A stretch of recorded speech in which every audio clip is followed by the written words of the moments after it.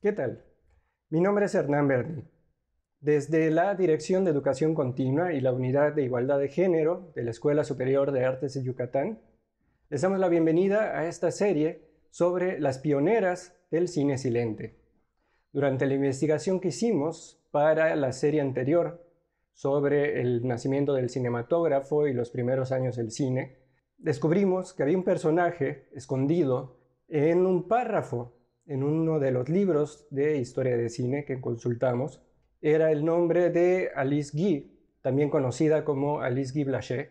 Ella aparecía solamente en un párrafo, mencionada un par de veces, como la cabeza de dirección de la compañía Gaumont, que fue por mucho tiempo la productora de cine junto con la Pathé más importante en Francia y en el mundo en cuanto a producción cinematográfica, sobre todo en estos primeros años de finales del siglo XIX, principios del siglo XX. Investigando más sobre Alice Guy, encontramos que no solamente había sido cabeza de dirección y de producción de la Gaumont, sino había sido la primera persona en dirigir una película con una historia. Y es que en los libros de historia de cine se menciona por lo general a los hermanos Lumière, a Cécile B. DeMille, a Georges Méliès, como las personas que inventaron el lenguaje cinematográfico, pero omiten a las mujeres que trabajaban en paralelo a ellos y que son responsables de técnicas visuales y narrativas que también forman parte del lenguaje cinematográfico, además de nuevas temáticas y nuevas formas de hacer el cine. Alice Guy, de quien vamos a hablar en esta emisión, es una de las figuras más importantes en la historia del cine. Alice Guy nació en París en 1873, proveniente de una familia que viajaba constantemente entre Chile y Francia, de un padre que vendía libros y que es algo que ayuda justo a Alice Guy a introducir la literatura al cine.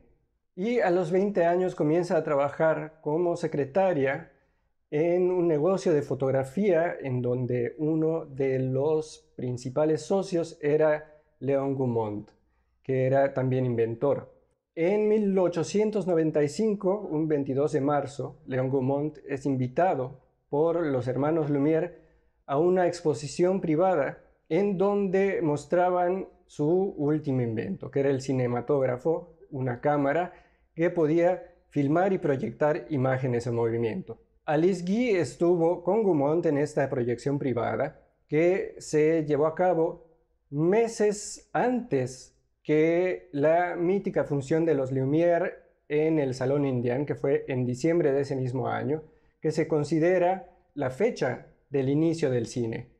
Durante los meses que siguieron a esa exposición privada de los Lumière, Gaumont comienza a desarrollar un prototipo y resulta en una cámara de 60 milímetros que también tenía la función de proyector. Y él lo veía como un instrumento, como los Lumière también lo hicieron en ese momento, más científico que para entretenimiento. Y las primeras proyecciones eran prácticamente demostraciones para poder vender el aparato. Y lo que se proyectaba eran escenas de la vida cotidiana. Sin embargo, a Alice Guy se le ocurre meter una historia en estas proyecciones para hacer más atractivo el invento.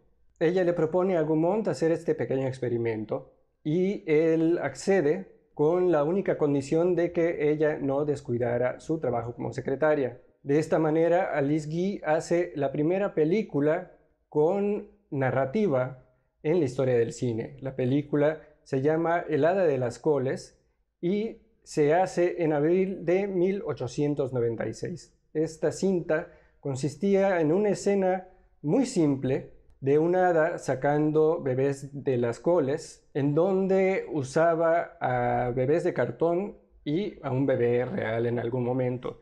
Y si bien fue creada expresamente para mostrar a los clientes de Gaumont lo que una cámara de cine podía hacer, ahora se erige como la primera película en la historia del cine.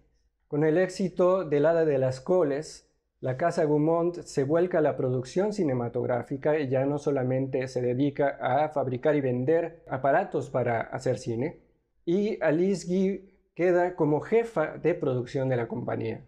Y ahí dirigió, produjo y supervisó casi 600 películas que duraban entre 1 minuto y 30 conforme fue avanzando el tiempo y la duración de las películas, y su preferencia por filmar en locación, a diferencia de otra gente que hacía cine, que la hacía en estudio en ese momento, le da a estas películas de la Gaumont una sensación contemporánea.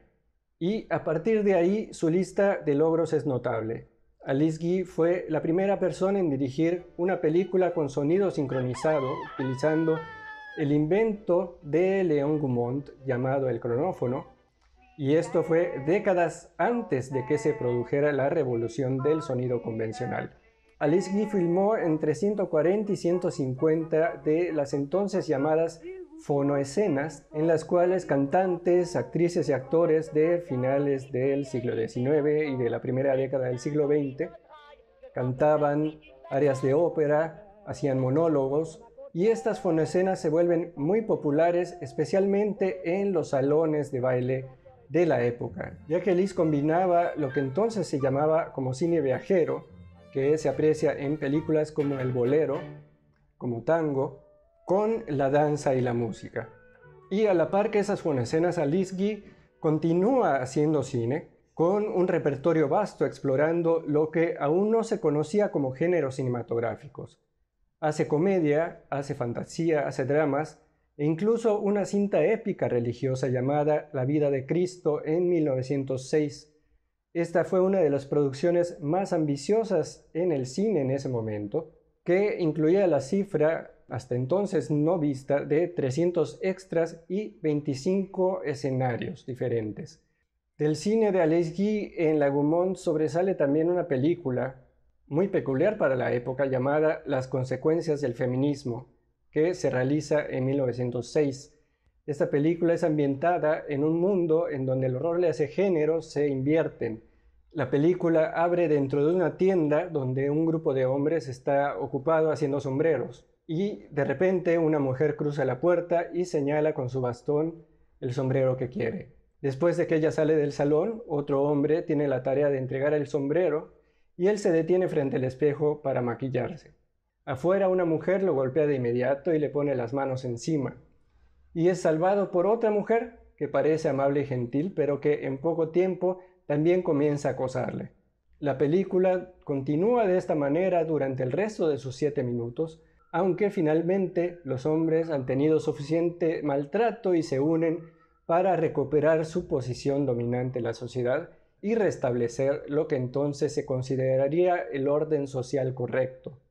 Y aquí es donde reside el verdadero brillo de esta pequeña sátira. Con el final se admite que la mitad de la población del mundo estaba sujeta a un trato injusto.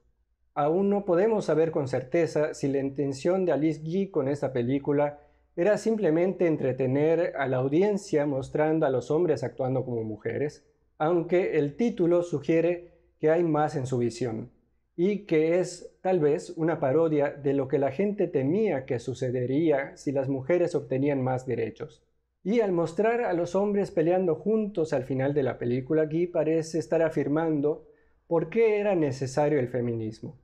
Con su experiencia, Alice Guy ayuda a formar la base de la gramática y la estructura del cine. Ella alentó a sus actores hacia un estilo más moderno, pidiéndoles que sean naturales en lugar de posar ante la cámara. Ella fue de las primeras personas que hicieron evolucionar el cine de atracciones y de postales propio de los hermanos Lumière a un cine narrativo y con una potencia emocional y social importante. Fue también una de las primeras personas en innovar en los planos, llegando incluso a acercarse al primer plano o al close-up en la película de 1906, Los deseos de Madame. A principios de 1907, Alice Guy renuncia a su puesto como jefa de producción de la Gaumont en París, aunque no termina su relación comercial con Louis Gaumont. Alice se casa con Herbert Blanchet, que era un camarógrafo que trabajaba para la Gaumont británica, y 3 días después de la boda se mudan a los Estados Unidos, ya que Leon Gaumont había enviado a Herbert a Cleveland para comenzar una franquicia del cronófono. Después de 9 meses, la franquicia fracasa y Gaumont convierte a Herbert en el gerente de su estudio en Nueva York, construido originalmente para producir películas de cronófono en inglés, y Alice Guy decide aprovechar el estudio y comenzar su propia compañía, a la que le llama Solax. Después de un año, la Solax ganaba dinero suficiente para que Alice Guy construyera su estudio propio, mucho más grande, en Fort Lee, en Nueva Jersey, el mismo año en el que nace su segundo hijo. La compañía Solax fue exitosa especialmente durante sus 2 primeros años e hizo estrellas de artistas como Darwin Carr y Blanche Cornwall, quienes protagonizaron una serie de melodramas que criticaban el sistema social, además de películas de acción y comedias. Pero quienes realmente dieron vida al genio cómico de Alice Guy fueron Marion Swain y Fronnie Fronsholt, que protagonizaron Una casa dividida en 1913 y Límite de velocidad matrimonial también en ese año. 2 ejemplos típicos del énfasis de Alice Guy en el matrimonio como una asociación igualitaria. De hecho, en esos años Herbert Blaché decide comenzar a dirigir él también películas, lo que lleva al matrimonio a una difícil convivencia, y esto es muy notorio en Una casa dividida, en donde una pareja tiene que vivir en la misma casa, pero no se pueden hablar el uno al otro más que por escrito. Guy también es responsable de numerosas películas de acción y de westerns con personajes femeninos como heroínas, y muchos de esos personajes fueron protagonizados por Vinnie Burns. Guy entrenó a Burns para hacer sus propias acrobacias en las películas de acción como Dos pequeños guardabosques de 1912 o la que es considerada la obra maestra de Alice Guy en la Solax, que es El triciclo de Dick Washington y su gato de 1913, para la cual la directora hace detonar un barco real. Todo esto convierte a Alice Guy, que ya era conocida entonces como Alice Guy Blaché, en la primera mujer en comenzar su propio estudio de cine, además de ser la primera persona en tener el crédito de producción y producción ejecutiva. En la Solax, Alice Guy supervisa la producción de más de 300 películas, dirige alrededor de 50 de esas películas y experimentó continuamente con nuevas técnicas cinematográficas. En esa época, el error en una película era un adelanto en la técnica. Alice también entrena a sus artistas hacia un estilo de actuación más realista, incluso tenía las palabras "sé natural" estampadas en una gran pancarta dentro de su estudio. La actuación en el cine de Alice Guy es atenuada y realista, como podemos observar en la película Hojas que caen, que es una película muy interesante sobre una joven que sufre de tuberculosis y que cuando es diagnosticada el doctor dice que morirá cuando caigan las hojas de los árboles. Y la hermana menor, preocupada por la salud de su hermana, sale al jardín para colgar las hojas que estaban tiradas en los árboles. Para 1913, las dificultades de distribución comienzan a hacerse sentir en la Solax, y a fines de ese año estaba claro que la era del cortometraje había terminado y las producciones se volvían cada vez más largas a la vez que costosas. Es entonces que tanto Alice Guy como su esposo Herbert Blaché trabajan como directores para otras compañías.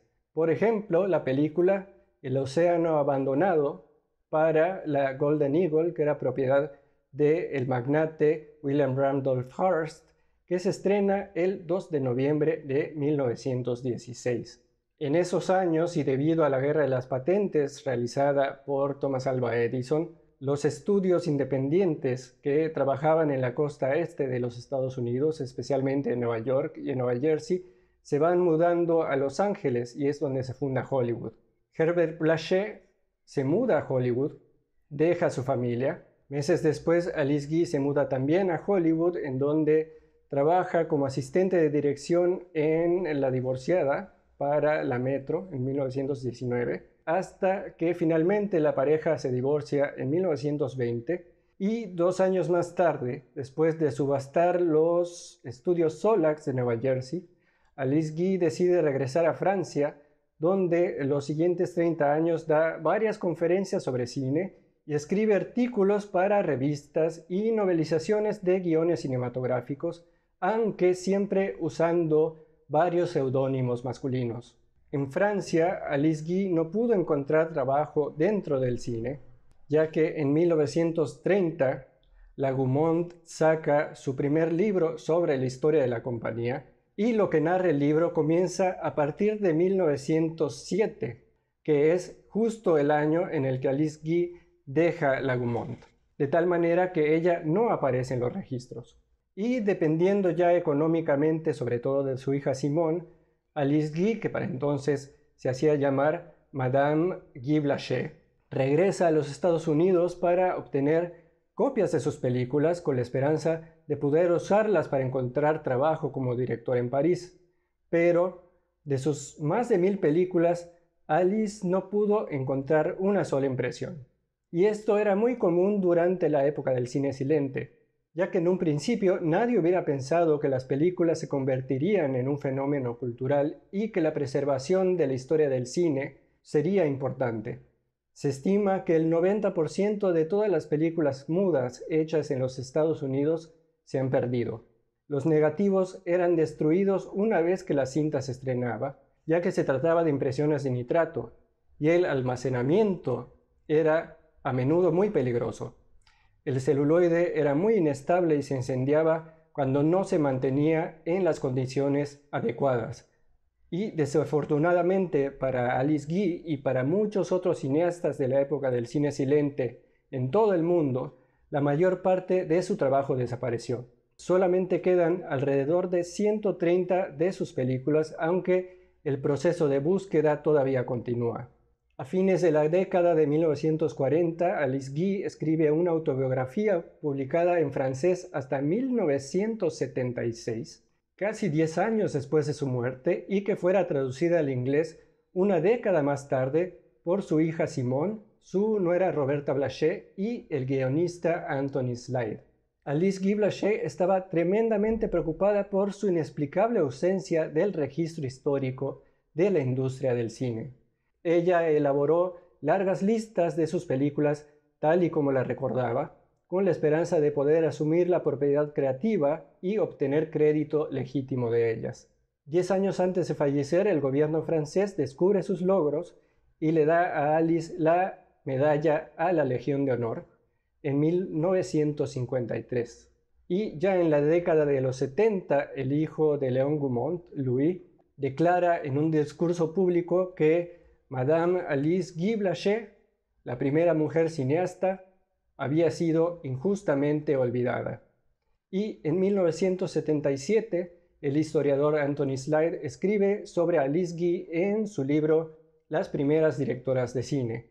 En 1995 se hace el primer documental sobre la vida de Alice Guy Blaché, con la ayuda de su nieta y de varios historiadores, y a partir de entonces varias personas estudiosas del cine se han encargado de localizar sus películas que están repartidas en todo el mundo y que eran parte de colecciones privadas, y actualmente se están haciendo esfuerzos muy importantes por volver a tejer y a reescribir la historia del cine, incluyendo no solamente a Alice Guy, sino a todas las mujeres cineastas que participaron en la época del cine silente, que es una época en la que las mujeres tuvieron mayor participación en el cine, incluso proporcionalmente, que en la actualidad. Alice Guy también fue responsable de formar a toda una generación de cineastas, tanto en Francia como en los Estados Unidos. Por ejemplo, Lois Weber, que fuera la primera directora en los Estados Unidos, aunque de ella hablaremos en la cápsula siguiente. Y así terminamos la primera de 4 emisiones de esta serie sobre las pioneras del cine silente, y les invitamos también a ver la serie anterior, la de Nacimiento del cinematógrafo y los primeros años del cine, ya que estas historias van en paralelo a lo que estaba sucediendo y que se narra en esta primera serie. Yo soy Hernán Berni y desde la Dirección de Educación Continua y la Unidad de Igualdad de Género de la Escuela Superior de Artes de Yucatán, les agradecemos habernos acompañado. Muchísimas gracias. Juntos transformemos Yucatán, Gobierno del Estado.